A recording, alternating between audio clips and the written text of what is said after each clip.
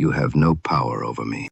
How hostile questioning turns explanation into submission, and how counterfeit authority survives by persuading you to recognize its jurisdiction. The message arrived at 4:47 our Thursday afternoon. Can you explain why you handled the request this way? Daniel stared at the screen. The office had begun its evening retreat. Chairs rolled back, desk lamps went dark. Somewhere beyond the gray partition, a man was discussing dinner plans with his wife. Daniel had plans too. His coat hung beside the door, and a grocery list waited in his pocket. Then came the question. It appeared courteous. No accusation, no raised voice, no copied executive. A single sentence with tidy punctuation and the managerial perfume of reasonable concern. Daniel knew there had been a problem. A request had arrived without the information required to complete it. The deadline had remained fixed. Operations had failed to answer. He had followed the contingency procedure, documented the missing material, and notified the appropriate office. He had done what the written process told him to do. So he began explaining. He described the deadline. He identified the missing information.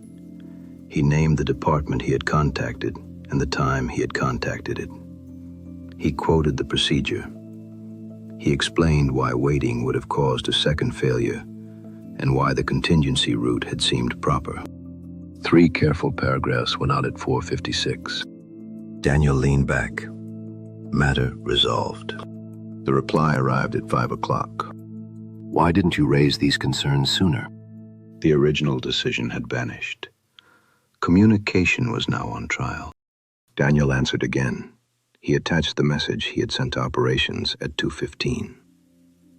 He explained that the problem had become clear only after the final data arrived incomplete. He described the steps he had taken before using the contingency procedure. At 5:08, another reply appeared. Do you normally wait until the last minute to communicate risks? The trial had moved again.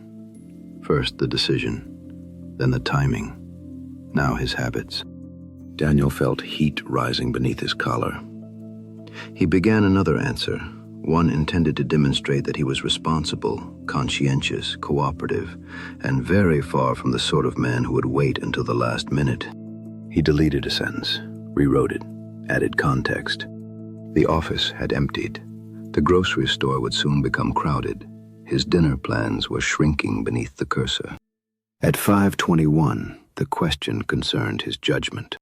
At 5:34, it concerned his attitude.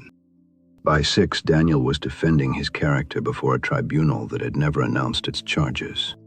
That is the little trick. An accusation has edges. It names an offense. It risks being disproved. A question can move like smoke. It enters through any opening, darkens the room, and leaves the questioner free to insist that he never accused anyone of anything. He was merely asking. Daniel thought he was supplying information. In truth, he was accepting jurisdiction. Each answer granted the questioner another privilege. The privilege to choose the subject. The privilege to define what required defense. The privilege to reject the answer without stating why. The privilege to introduce a new charge disguised as a request for clarification. The questioner never had to prove misconduct.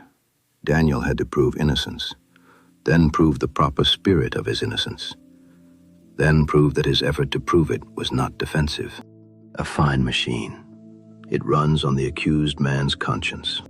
This machine appears in offices, families, churches, friendships, online mobs, and administrative hearings. Its operators may possess real authority, counterfeit authority, or no authority at all. The machinery works whenever the subject believes that a question creates an obligation to answer. That belief is the first gate. Some questions seek information. They become narrower as facts arrive. The questioner acknowledges what has been established, identifies the remaining uncertainty, and moves toward a decision. Other questions seek submission. They expand as facts arrive. Every detail becomes another handle. Every explanation opens another chamber. The exchange has no stated destination because arrival would end the questioner's control. A sincere inquiry wants the missing piece. A hostile inquiry wants you to remain unfinished. The hungry question does not require a wicked mastermind. A frightened supervisor may begin searching for facts and discover halfway through the exchange that the facts point upward. A committee may ask for an account, then realize that accepting the account would require admitting that its own procedure failed.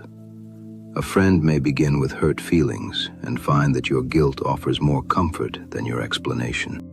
The questioning changes because the incentive changes. Truth becomes expensive. Blame is cheaper. Daniel did not know any of this at 447. He knew only that a person above him had asked a question and that good employees answer questions. He mistook conscientiousness for unlimited disclosure. The better he tried to be, the more material he supplied. Every explanation is a key. Give one to a trusted man, and he may enter the room to help repair what went wrong. Give the same key to a hostile man, and he begins testing doors. Soon you're explaining why the silverware drawer was unlocked. The lesson arrives late for conscientious people, because conscientious people believe clarity produces fairness. They assume that misunderstanding is a shortage of information. If they can provide enough dates, motives, qualifications, and context, the other person will eventually see the whole picture. That assumption is fatal when misunderstanding pays. A person may gain status by condemning you. He may protect himself by keeping the accusation alive. He may preserve group loyalty by turning you into a warning. He may enjoy the private majesty of making another adult beg for a favorable interpretation. No explanation can cure a misunderstanding that feeds its owner. In the film Labyrinth, Sarah spends the story trapped inside a kingdom built by Jareth, a king who controls routes, clocks, doors, bargains, and appearances. His power feels absolute because the whole structure speaks in his voice. The paths move, the rules change, time bends. Every attempt to escape seems to confirm that escape belongs to him. At the end, Sarah remembers the words that break the arrangement. You have no power over me. The sentence works because Jareth's deepest power was never merely physical. It was jurisdiction accepted through confusion, fear, and forgotten terms. So it is with the hostile question. The questioner creates a little labyrinth. He changes the route each time you approach the exit. The first question concerns what happened. The next concerns why you allowed it to happen. Then why you failed to prevent it. Then why your answer sounds defensive. Then why a cooperative person would object to answering. Each turn appears connected to the last, though the destination keeps moving. The Minotaur has learned email etiquette. The ordinary man enters this maze because he believes there must be a perfect answer somewhere inside it. He keeps walking. He tries another corridor, another clarification, another apology, carefully limited to tone. He never notices that the maze is being built from his replies. The false court operates the same way. It has no charter, no rules of evidence, no defined charge, and no remedy. It offers one procedural guarantee. The hearing will continue for as long as the defendant keeps speaking. A proper court must state its authority. It must identify the matter. It must distinguish evidence from interpretation. It must eventually reach a judgment. The invisible court does none of these things. Its majesty rests upon participation.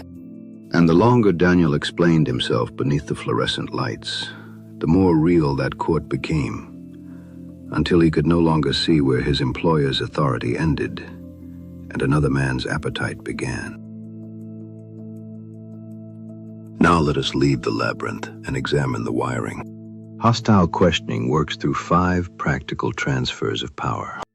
The first is agenda control. The person asking the questions decides what will be discussed. That sounds harmless. Every conversation needs a subject. The danger begins when the subject can change without acknowledgement. Daniel was asked why he handled a request in a particular way. He answered. The next question concerned timing, then communication, then habits, then judgment. Each subject was related, yet each represented a new claim. If Daniel followed every turn without naming it, he allowed the questioner to widen the proceeding at will. A proper inquiry narrows. An expanding prosecution gathers new territory whenever the old territory fails to produce a confession. The second transfer is premise control. Why were you so dismissive? Why do you refuse to take responsibility? Why are you threatened by criticism? Each question contains a verdict tucked inside the grammar. The respondent is invited to begin his answer after guilt has already been established. If Daniel says, "I was not trying to be dismissive," he has accepted dismissiveness as the central fact and reduced the dispute to intention. If he says, "I do take responsibility," he accepts that his willingness to do so is properly on trial. The loaded premise is a tiny contract. The first words of the answer may serve as the signature. This is why certain accusations seem to prove themselves. A denial is called defensiveness. Silence is called guilt. Anger is called instability. Calmness is called coldness. The accused man is placed inside a room where every door opens back into the room. The third transfer is evidentiary burden. In a fair process, the person making a claim must identify the act and produce grounds for the claim. In a hostile exchange, the burden reverses. Daniel must prove that he was responsible, communicative, diligent, and properly motivated. Proving a negative is costly. Character cannot be compressed into an attachment. Motives do not leave clean audit logs.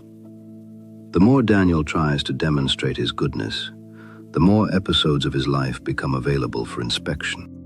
The accusation can remain vague because vagueness is cheap. The defense must become detailed because detail feels persuasive. This creates an extraction process. The questioner spends one sentence. Daniel spends 3 paragraphs, 4 attachments, an evening, and a portion of his piece.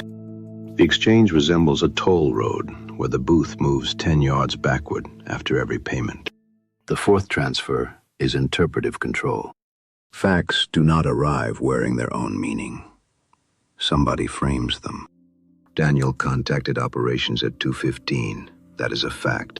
One interpretation says he recognized a missing input and followed the escalation process. Another says he waited too long. Another says he was attempting to shift blame. Another says his reliance on procedure shows poor initiative. A hostile questioner often moves between fact and interpretation without marking the border. Daniel responds to an interpretation as though it were an established event. He begins explaining motives that have never been demonstrated. This is where administrative language performs its finest tricks. Concerns were raised. Your approach created confusion. There are questions about your judgment. We need to discuss your willingness to cooperate. Who raised the concerns? Which act created confusion? What judgment is disputed? Which request went unanswered? The passive voice enters wearing white gloves. It deposits the accusation and refuses to leave fingerprints. The fifth transfer is closure control. A fair inquiry can end. A hostile one ends only when the questioner grows bored, obtains submission, or encounters a boundary. If no condition of satisfaction has been stated, the respondent cannot know when he has answered enough. This uncertainty keeps him producing material. Perhaps one more explanation will settle it. Perhaps one more concession will demonstrate good faith. The questioner becomes the sole judge of completion. Now follow the incentive. A supervisor has received notice that a request failed. If the failure came from a broken process, the process may require repair. Repair requires time, money, and an admission that the existing design was inadequate. If the failure came from Daniel's judgment, the process remains innocent. The supervisor may never consciously decide to frame Daniel. He may simply experience every fact pointing toward the process as unconvincing, while every fact pointing toward Daniel feels important. Self-protection can masquerade as discernment with astonishing grace. Human resources may join the exchange. Its stated purpose is to gather facts and protect the organization. Protecting the organization means reducing liability. Reducing liability may require a written record showing that management identified a concern, addressed the employee, and issued guidance. Daniel's 3-paragraph explanation becomes raw material. A sentence expressing uncertainty may become an admission. A sentence explaining context may be described as blame shifting. A frustrated phrase may become a concern about professionalism. His attempt to be candid can supply the very record later used to classify him as risky. Nobody needs to meet in a dark room. The supervisor wants insulation. Human resources wants a clean file. Legal counsel wants controlled exposure. Senior management wants the matter closed without implicating policy. Each person responds to his own incentive. The result can resemble a conspiracy because incentives often produce coordinated cruelty without requiring coordination. The machine grows colder as responsibility becomes more distributed. This pattern extends beyond employment. An online crowd asks a public figure to explain a remark. He publishes a long statement. The crowd extracts the least graceful sentence and circulates it without context. He clarifies. The clarification becomes evidence that he is hiding something. He apologizes for his tone. The apology is treated as confirmation of the original charge. The crowd pays no price for error. Its members risk no money, office, friendship, or reputation if the accusation proves false. They possess appetite without responsibility. A family member may use the same structure in private. He asks why you made a decision. You explain. He rejects the reason and asks what kind of person would think that way. You defend your character. He invokes an old grievance. Soon, the conversation concerns your entire nature, while his own conduct remains outside the hearing. A church committee can do it. A professional association can do it.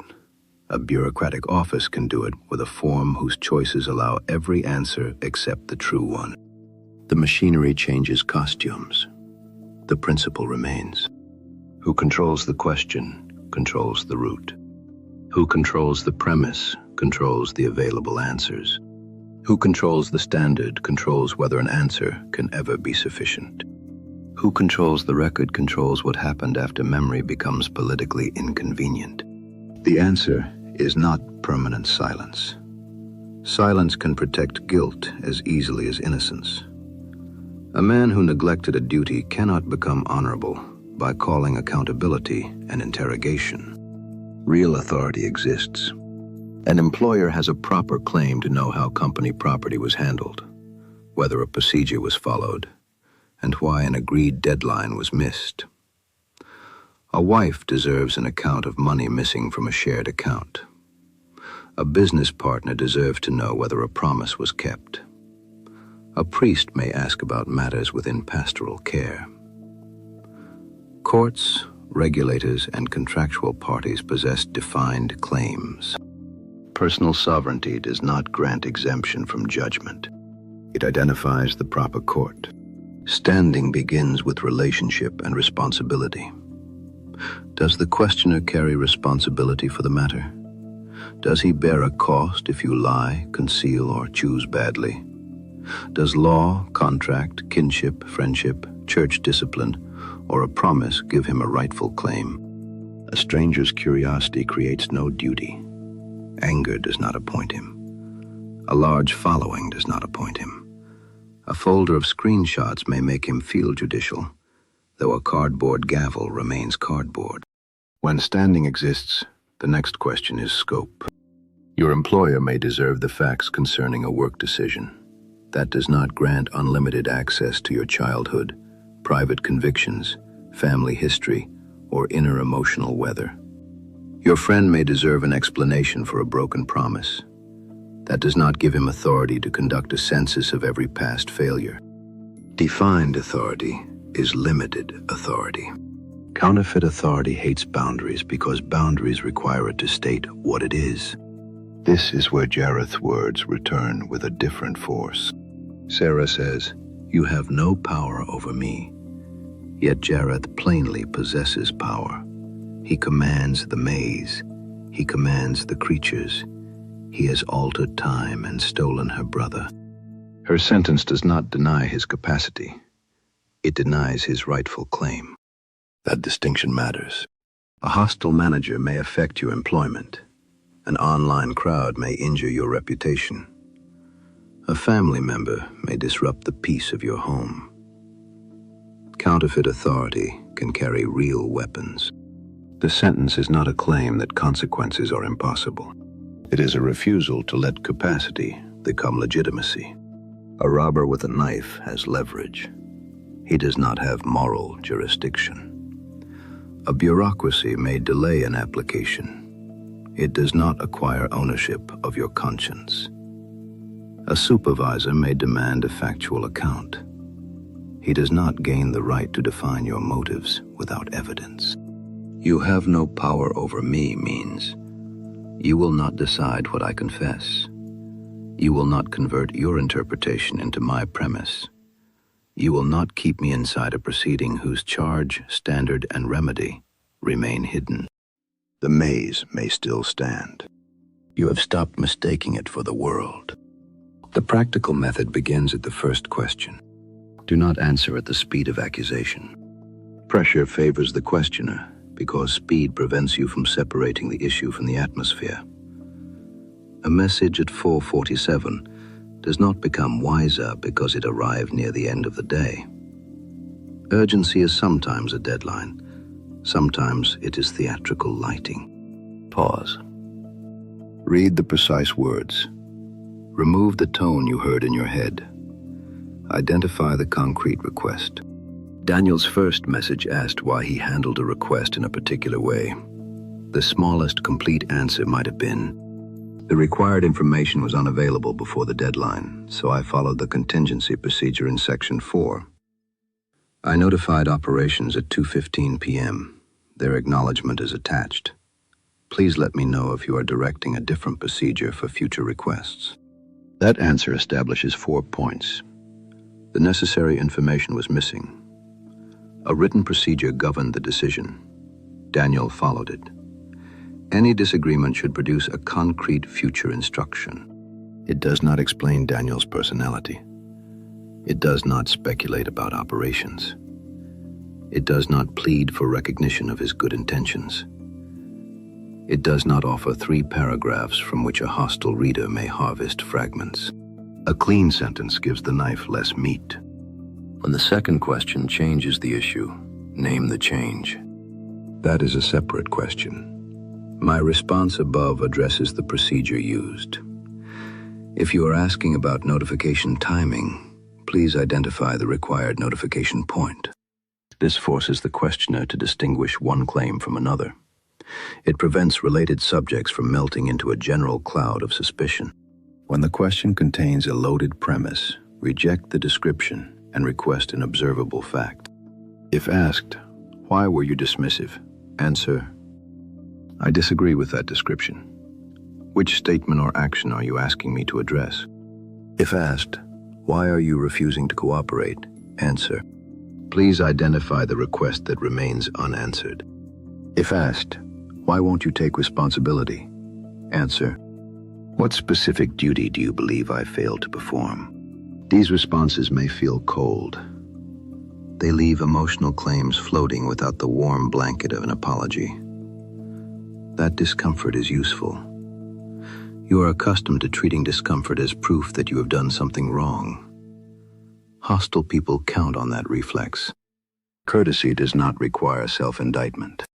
When the questioner ignores a clear answer, ask what would resolve the matter. I have provided the timeline and the applicable procedure. What further fact is required to reach a decision? Or, what action are you directing for future cases? Remedy creates responsibility. Accusation is cheap because it can remain atmospheric. A requested remedy must become specific enough to judge. If the questioner refuses to define resolution, you have learned something important. The exchange may be serving a purpose other than correction. When money, employment, access, reputation, or legal exposure is involved, preserve the record. Keep the original message. Save the relevant procedure, contract, instruction, and acknowledgement. Record dates while memory is fresh. Separate what you observed from what you inferred. Write. Operations did not provide the required field by 2 o'clock. Do not write. Operations deliberately sabotaged the request. The first statement may be documented. The second assigns a motive you may never prove. Write for the unknown reader who will encounter the message 6 months later with no knowledge of the personalities involved. That reader may be a manager, attorney, regulator, priest, business partner, or judge. He will not hear your tone. He will see dates, claims, attachments, and phrasing. Do not write while angry enough to enjoy the sentence. The line that gives you the greatest pleasure is often the line another person will underline. Remove sarcasm, amateur diagnosis, theatrical threats, and claims you cannot support. A written record is meant to carry weight after emotion has left the room. Documentation must remain lawful. Recording laws vary. Workplace rules may govern the storage of company material. Confidential records do not become personal property because you fear a dispute. A careless attempt to preserve evidence may create a new offense. Save what you may lawfully retain. Know where it is. Keep important employment agreements, performance reviews, certifications, receipts, policies, project records, and written instructions in an orderly system. A shoebox full of screenshots is a headache wearing casual clothes. When formal authority becomes involved, cooperate without improvising. I will respond after reviewing the relevant documents. I would like the concerns stated in writing. Please identify the policy you believe applies. I want to provide an accurate account, so I will follow up tomorrow. If the matter may carry legal consequences, speak with qualified counsel before offering a sprawling narrative. The instinct to explain everything immediately can injure an innocent person. Memory is imperfect. Informal language is elastic. A hurried sentence may be made to carry a burden it was never built to hold. When you have answered the defined matter, close the loop. I have provided my account and the supporting records. I have nothing further to add unless a new factual question arises. Do not announce a boundary and then continue arguing beneath it. A fence with a revolving door is outdoor furniture. When a false interpretation threatens something material, correct it once in the proper place. Provide evidence. Address the person with authority to decide the matter. Avoid performing your defense for the crowd surrounding the dispute. When the distortion carries no material cost, consider leaving it unanswered. This is difficult. A conscientious man aches to be understood. He believes the perfect paragraph will force fairness into being. He rewrites his motives for people who are rewarded for misreading them. Some people will misunderstand you because the misunderstanding gives them pleasure, status, protection, or belonging. Their interpretation is rented property. Your explanation threatens the lease. Let small distortions die without ceremony. Silence will not make everyone admire you. It can keep their opinion from governing your conduct. The method becomes stronger when refusal is affordable.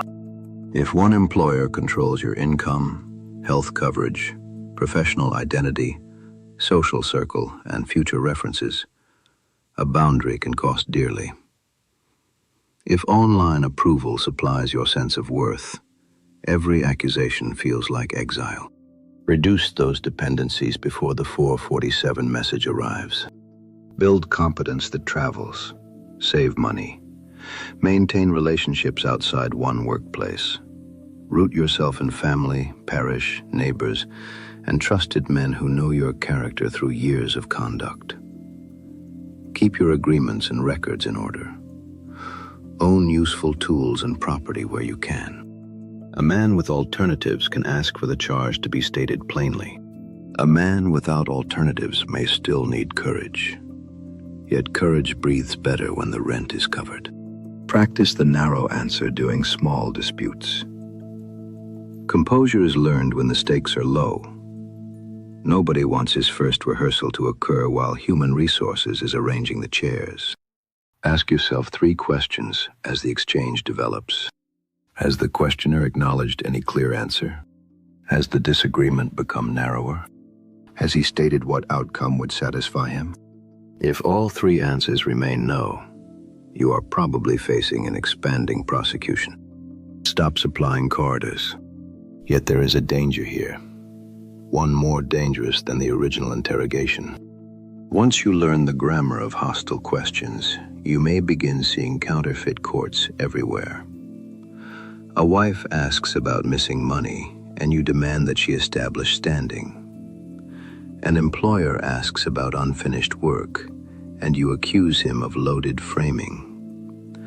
A friend describes an injury, and you retreat behind procedural language. The guilty man can learn the narrow answer too. He can use precision to avoid truth. He can demand perfect wording from the person he harmed. He can exploit every uncertainty while ignoring the plain moral fact. He can turn documentation into fog and boundaries into battlements. He can become very difficult to convict, then slowly, very difficult to love. The field manual works because systems possess grammar. Once you see the grammar, you can resist the machine. You can also speak in its voice. You can route every human appeal into a defined channel, answer pain with policy, and make mercy submit the proper form. You can learn to control the question so thoroughly that nobody near you is permitted to ask one. That is the final chamber of the labyrinth. The machine is cold because it treats every disclosure as material and every uncertainty as leverage. Do not become cold in order to defeat it. A man who has done wrong owes an account.